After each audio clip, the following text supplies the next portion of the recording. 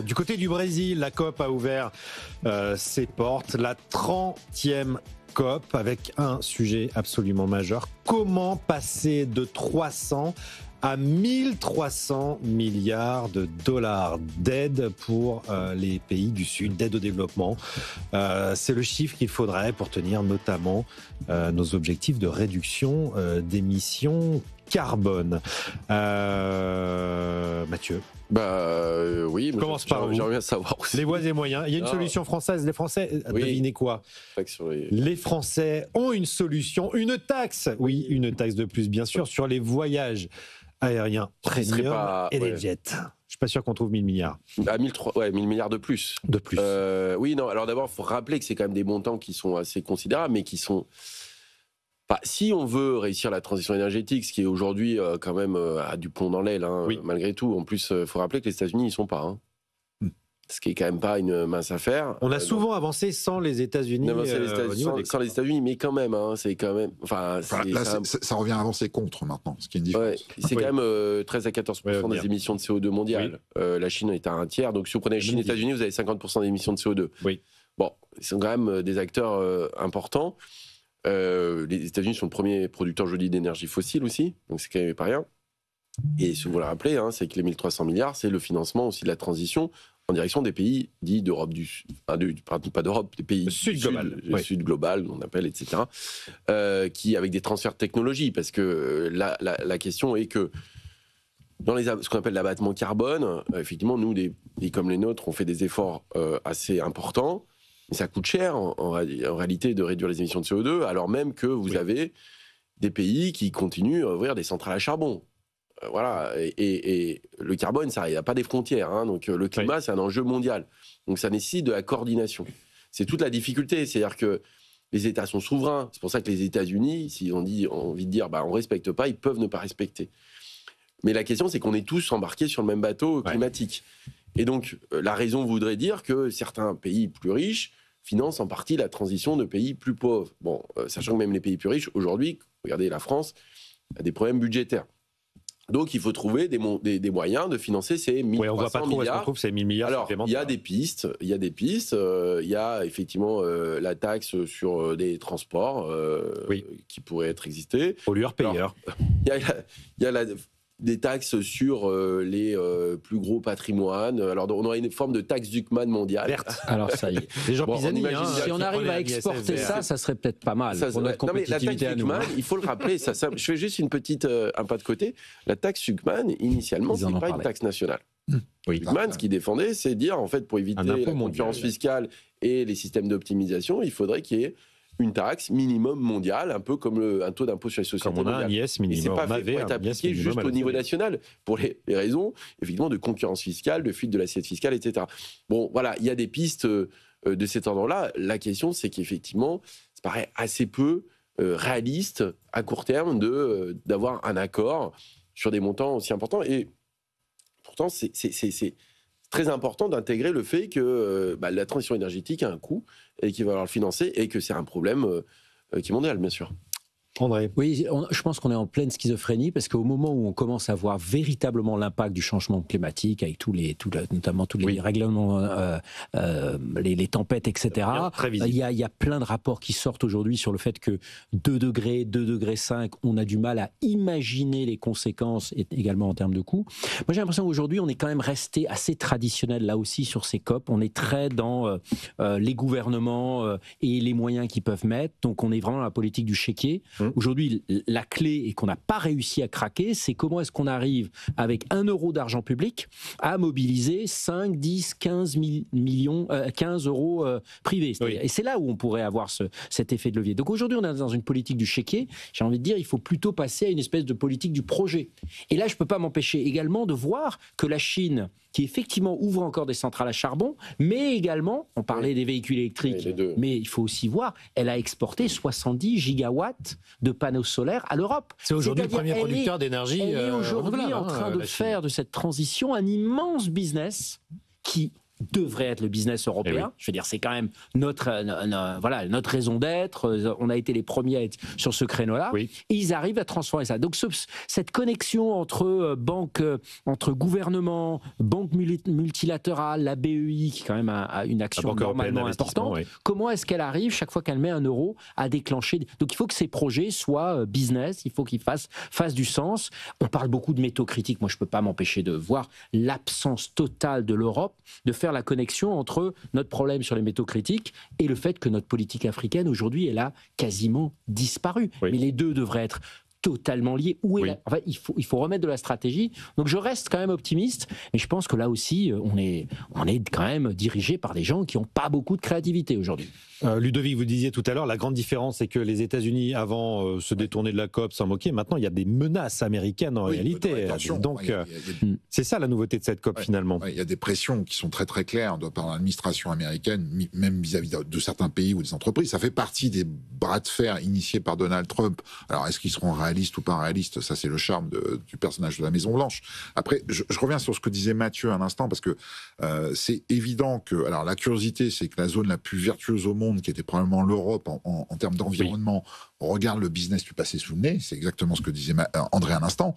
Mais après, moi, ce qui me marque aussi, c'est le logiciel de la COP30. C'est-à-dire, s'entend que c'est un logiciel qui est là aussi dépassé. Et d'ailleurs, franchement, il y a un lien familial entre les propositions de la COP30 et ce qu'on voit dans le débat budgétaire aujourd'hui dans une partie de l'hémicycle. Non, mais c'est les mêmes réponses. C'est les mêmes. C'est le transport aérien, taxer les crypto-monnaies, taxer les transactions. Enfin, on voit ce logiciel. Le problème, c'est que la COP30 en France, ça se termine en flop 26 en termes de budget, quoi.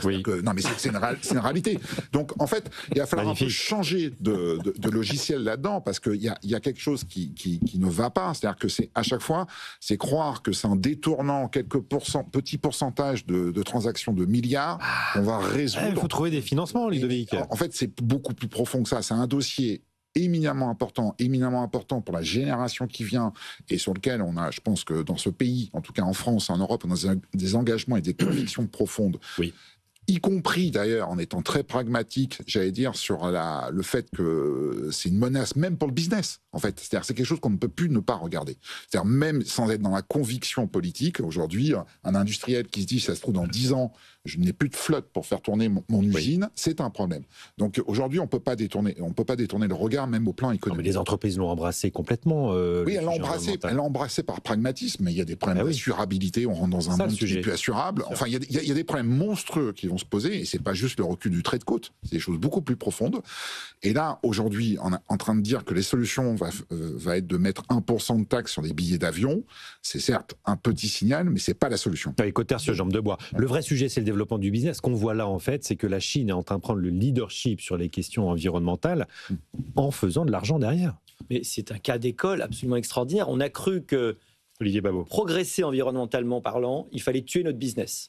Probablement parce qu'on avait une matrice faire la décroissance, politique de décroissance qui a entretenu, qui nous a soit fait perdre du temps dans la mauvaise direction, soit fait perdre du temps parce qu'on n'a pas eu le temps, du coup, la bande passante politique, des débats étant prise par autre chose, par penser intelligemment à une stratégie cohérente, ce que fait finalement la Chine. La deuxième remarque que je voudrais faire, c'est qu'un impôt mondial, c'est comme un préservatif. Le moindre trou le rend totalement inopérant et même un peu dangereux. Vous voyez ? Et j'ai raison ou pas ? Parfait. Voilà. Deuxième punchline, j'adore. Et la troisième idée, c'est que c'est un peu provoque. Hein. Soyons égoïstes. Osons. Soyons égoïstes. Pourquoi ? Il y a un problème avec l'adaptation, c'est qu'on dépend effectivement du monde entier. Oui. Et le monde entier, on ne peut pas absolument les forcer. Encore une fois, nous, on sait 1%. On fait ce qu'on peut. On a bien tué notre business comme il faut. Donc, on a plutôt été les bons élèves. C'est la vocation universaliste de la France, Olivier Babot. Non, bien sûr, mais c'est la gloire de la vertu pauvre et la misère qu'on va se créer en étant vertueux.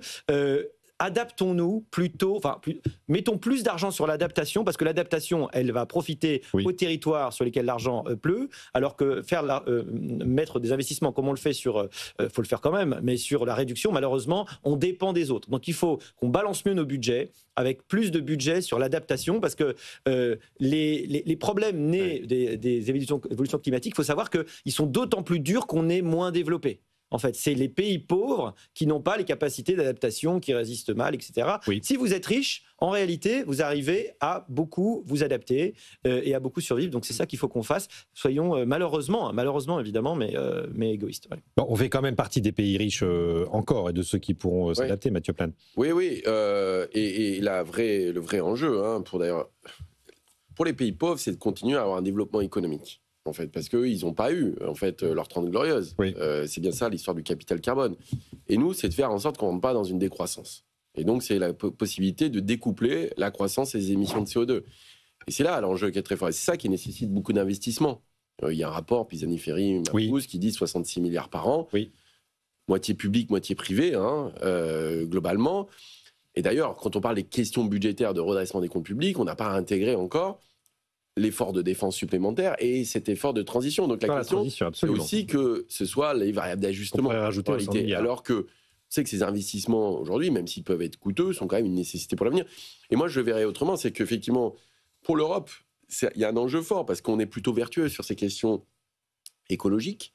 Je rappelle que la France est 1% des émissions carbone mondiales. C'est les technologies à venir. Je veux dire, là où on sait qu'il y a des vraies sources de croissance, c'est aussi dans l'IA, dans le numérique, mais aussi dans la transition énergétique.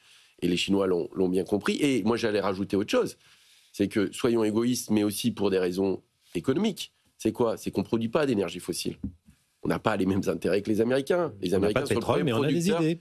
Oui, mais les premiers producteurs d'énergie fossile, c'est les États-Unis. La France, sa facture énergétique, son déficit de balance commerciale, il est essentiellement lié à l'énergie importée. Donc, et quand vous avez un choc comme la guerre en Ukraine et que vous avez une flambée des prix des hydrocarbures, notre facture énergétique sur un an, elle nous a coûté 115 milliards. Oui.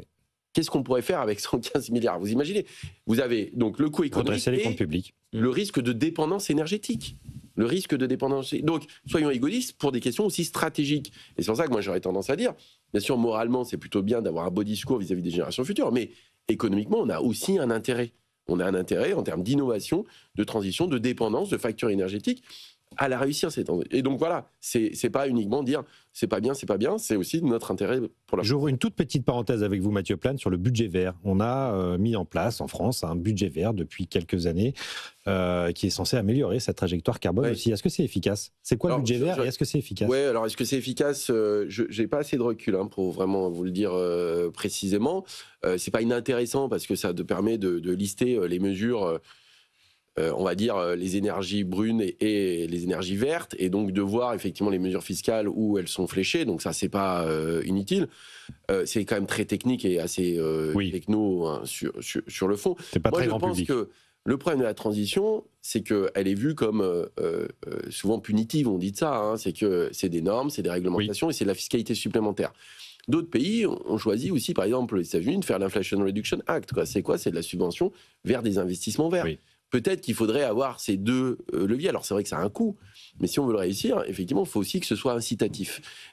Et je pense qu'il faut le réconcilier aussi avec les enjeux de business, de technologie et d'industrie. Une vision plus pro-business de la transition énergétique, finalement. Oui, plus stratégique. Et il faut voir le risque que ça fait courir pour la France et pour l'Europe, parce qu'on voit bien aujourd'hui que l'Europe, sans réelle stratégie alternative, détricote aussi ce côté, une partie de ses engagements. Donc on a le risque de se retrouver à ne pas être le gagnant de la transition, ne plus être le gagnant, on va dire, moral, et en plus à un moment où probablement le seul endroit où on continue à être relativement multilatéral, c'est quand même notre intérêt en tant qu'Européens, ne pas être uniquement dans la confrontation Chine-États-Unis, c'est là où on devrait mettre le paquet sur une vraie stratégie aussi diplomatique. Mais j'ai l'impression que la BEI parle de son côté, plutôt pas mal, le Conseil européen, le business, c'est effectivement ce mécanisme des COP où, pour ceux qui sont déjà allés, en fait, il y a des centaines de réunions en parallèle. Alors tout ça est très créatif, mais on a du mal à voir la raison d'être et le cap. Bon. Mais juste peut-être je suis désolé, mais le plan Draghi avait... Enfin, je reparle du plan Draghi, mais qui propose une relance européenne de l'ordre de 800 milliards. D'ailleurs, maintenant, c'était avant la possible sortie de l'OTAN des États-Unis. Donc, ils l'ont regonflé parce qu'on n'avait pas l'effort de défense qui a été proposé. Donc, on est plutôt sur 1000 milliards, qui dit qu'en gros, l'Europe a des capacités financières, avec une épargne qui est abondante, qui vient d'ailleurs financer en partie la dette américaine, pour 300 milliards par an. Oui. Et donc, la question, c'est comment réorienter cette épargne vers de l'investissement européen. Et forcément... un des vecteurs, ça serait justement les technologies vertes. Et je pense qu'il faut quand même... Après, il y a le passage politique qui est difficile, mais voilà, quelque part, il y a des choses à faire. Voilà. Bon, encore une fois, la politique qui bloque un peu les bonnes solutions économiques, une fois de plus. Allez, il nous reste